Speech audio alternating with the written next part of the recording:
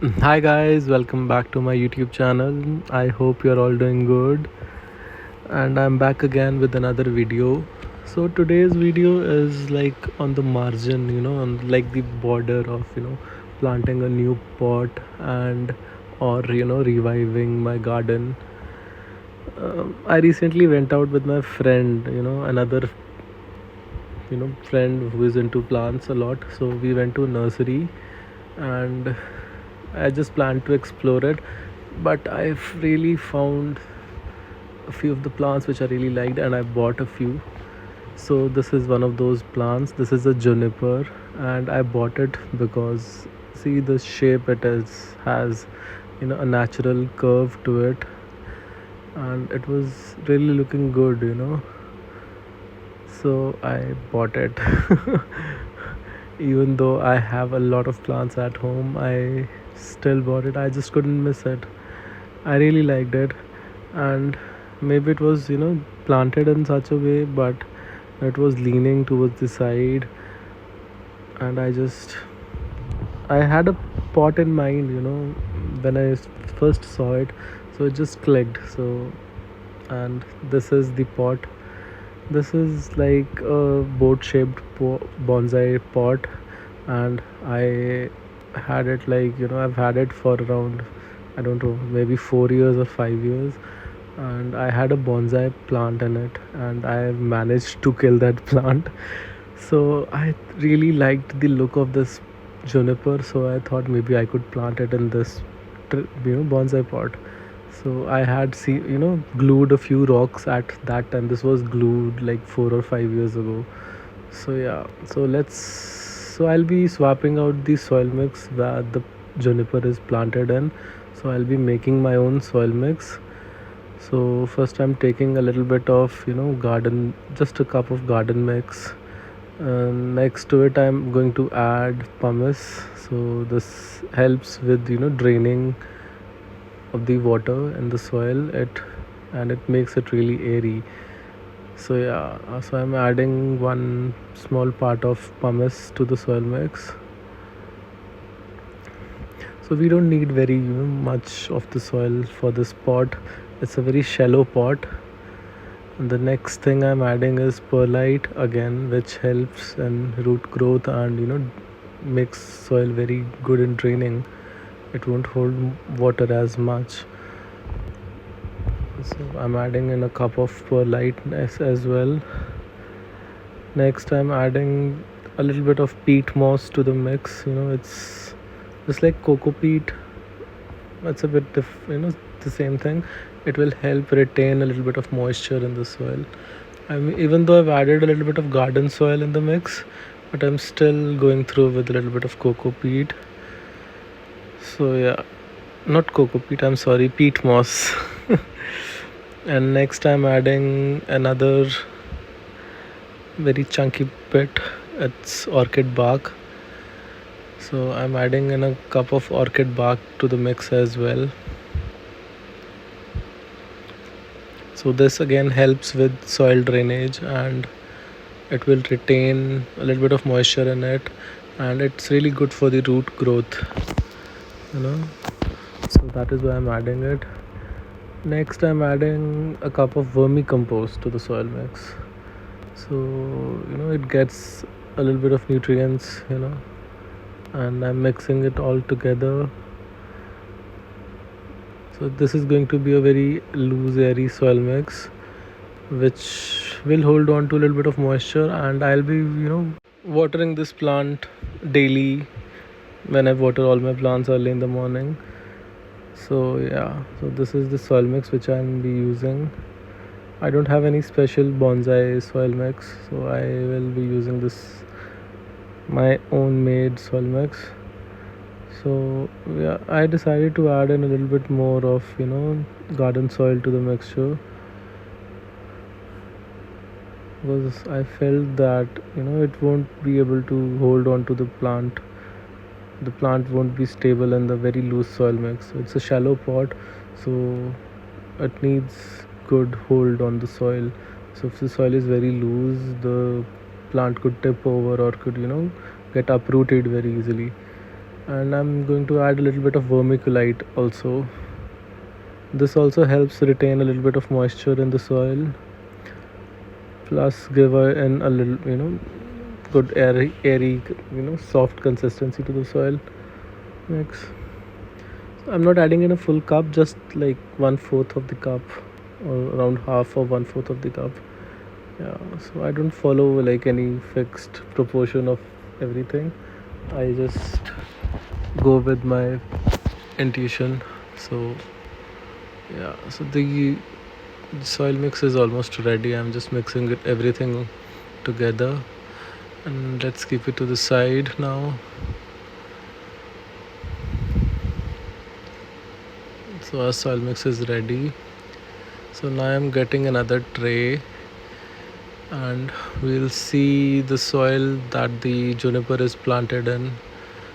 I won't be using this soil because that will compact, and it won't. I don't know what kind of soil is basically it is, so I really didn't want to risk it. So let's cut open this grow bag and see what kind of soil it was planted in. And just looking at it's not a bad soil. It's a very river sandy kind of mix, very soft, loose soil. I'm not mad about this soil mix. I could have planted it, but yeah, mm, I like the soil mix which I've prepared more.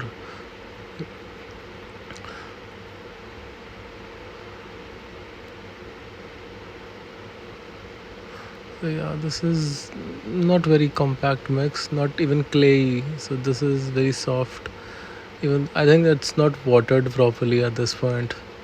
So that is why it was, not coming off very easily. But yeah, once it started, once I pressed it a little bit, it started crumbling and getting off the roots.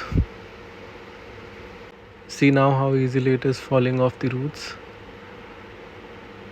The plant also has really nice root structure. I'm quite happy with how the roots are of this plant. So let's just shake and get the soil out.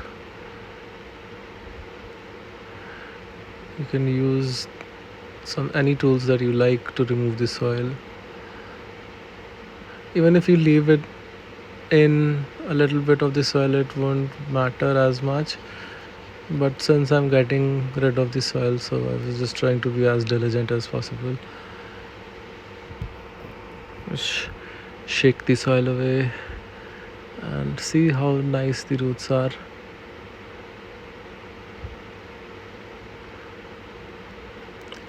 Good long nice roots. I won't be pruning the roots. I don't think I need to. Yeah. So yeah, we have our plant ready to be potted, and we have our soil mix ready. So let's just see how the placement goes. See how it already has a natural flow around that, those rocks. So we'll be working along with that only. So it'll be much more easier to, mold it.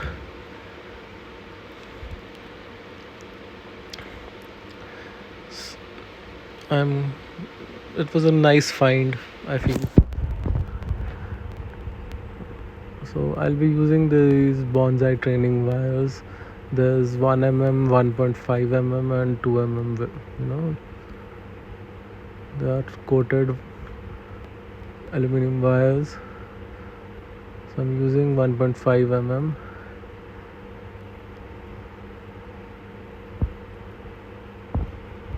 So we'll be using it to give the tree a little bit more, we have a little bit more control on the shape it forms. So I'll use the wire to mold the tree and the shape that I like. There's no, one particular correct way. You can, change it if you don't like it. It is not a fixed thing. So it's a try and test. Try and like. If you like it, you can keep it. If you don't, you can change it. It is not like once it's done is done.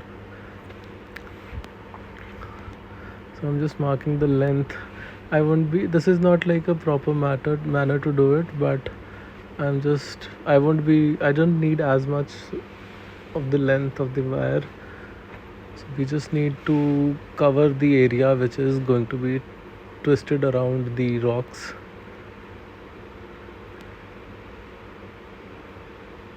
See, it had two drainage holes at initially, but one is covered with those rocks.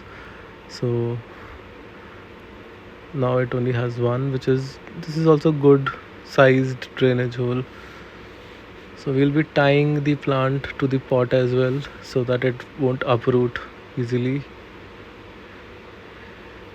So yeah, let's do that.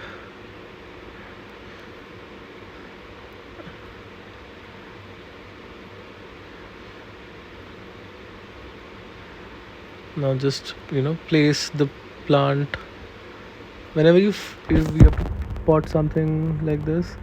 There's like no guide to it, you just have to go with the flow, and you have to adjust with the type of plant that you get. So when you buy a plant, so keep that in mind, that you should have a basic idea how you want to pot it. And that will make your planting experience much more easily. If you go with a blank slate and you have a pot of a certain kind, and your plant you find won't fit that pot very nicely, so it won't look good and you'll have to work more. So this way, if you find a plant which helps with the structure of the pot or the design that you have in mind, so it helps and it makes your work easy. So I've put I've put in a leca ball, in the drainage hole, just so that this once I put the soil in, it won't fall out of the drainage hole. And now I'm just adding in the soil mix, shaking the pot. I'll be pressing it with my fingers.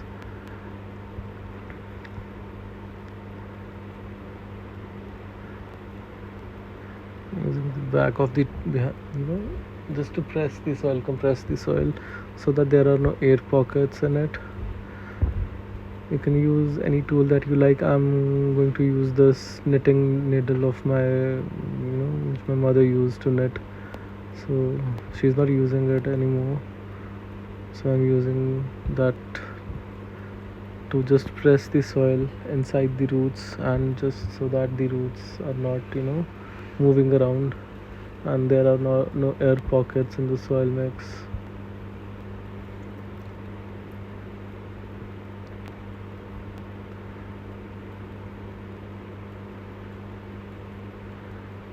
You could just tie the plant to the pot at this point, but since I wanted to use the wires to bend the plant a little bit more, so I'm just going to use those wires from the root to and just twist them around the base and the trunk of the plant, and we'll use the same wire.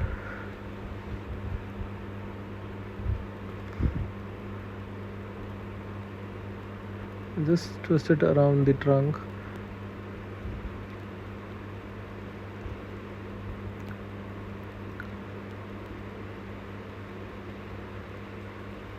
So at this point you could prune the plant a little bit, it's so that the wire is easily manageable. It's much more clearly visible to you, and you can work more easily.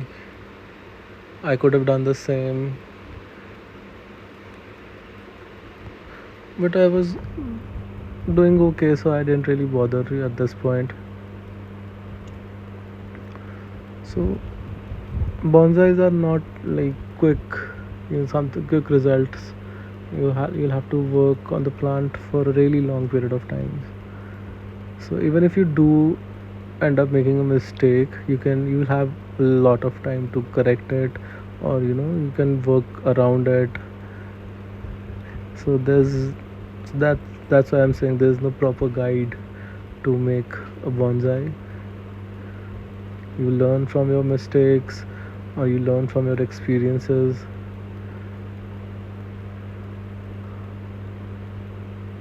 And that is it. I'm also not like very good at it, but I'm still trying to work as much as I can, as much as I understand. And the more young the plant is, the more easy is to work with it. The older the plant is, it will look good, but you will have to put in a lot more effort, and you won't get that many chances with the plant. So I like using young plants.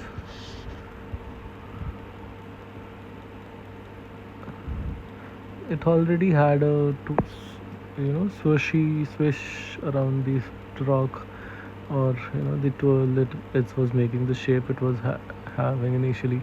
So I really didn't have to work that much.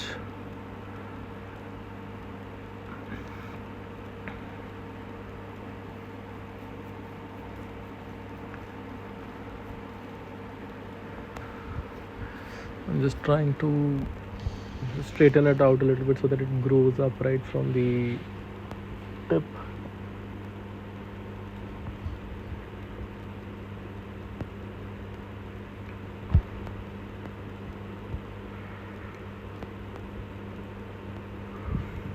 and and now I'm going to prune it a little bit. So I was liking the branch initially, but now once it was planted, so it was going in a very weird angle from the rock. So I decided to chop it off. And even the undergrowth, you know the undergrowth, the shoots which are growing downwards from the lower side of the main trunk, so those are also not very easy to work with, and they don't look good in the longer run. So I try and get rid of those stems also.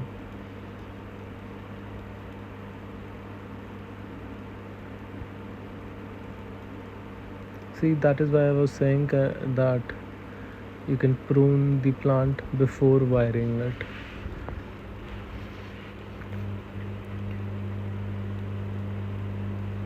I'll be leaving the top bushy part untouched, because I don't really want to stress the plant a lot, because it's being repotted, it's being wired, and it's being pruned, so it will put a lot of stress on the plant at the same time. So I'm just leaving a lot of the top of the plant as is.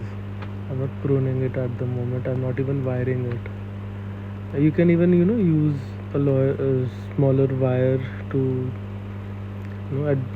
shape up the smaller branches of the tree in your desired shape. And this is the basic shape I'm going with. So see, this shoot, I could wire it with this thinner wire, and I can shape it in a different angle if I want to at this point also. But I'm not in no rush, so I'm just going to give it some time to grow and root in a little bit more, and then I'll maybe wire it again in around 7 months, 8 months, or half an year, or around that much time.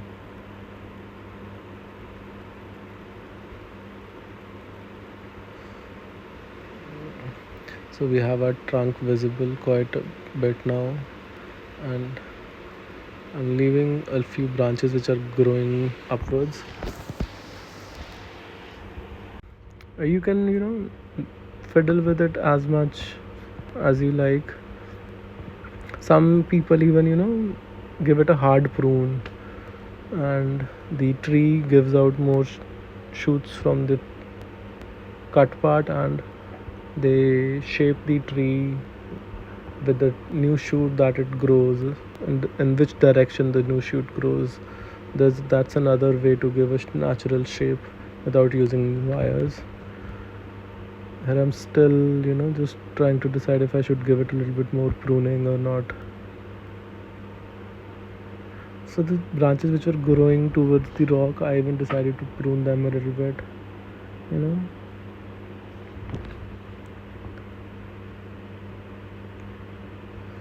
So don't worry if you prune, just don't be scared of pruning basically. It will bounce back, it will grow back. You just have to care for it.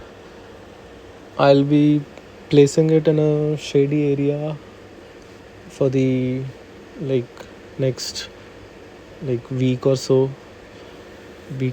around 10 days or so, something like that, and then I'll move it to a sunny area, and I'll be watering it daily. Don't put a lot of water with a lot of pressure, because it will disrupt the soil, at least not in the initial days. Water it very gently, and that is the wire which is holding the plant in the pot. And it's just a safety wire so that it won't uproot, because basically we have removed all the soil media it was planted in and given it a new soil, so it needs to develop roots, which it will develop with time. And that is it, guys. If you do like my video, please subscribe to my channel. Thank you.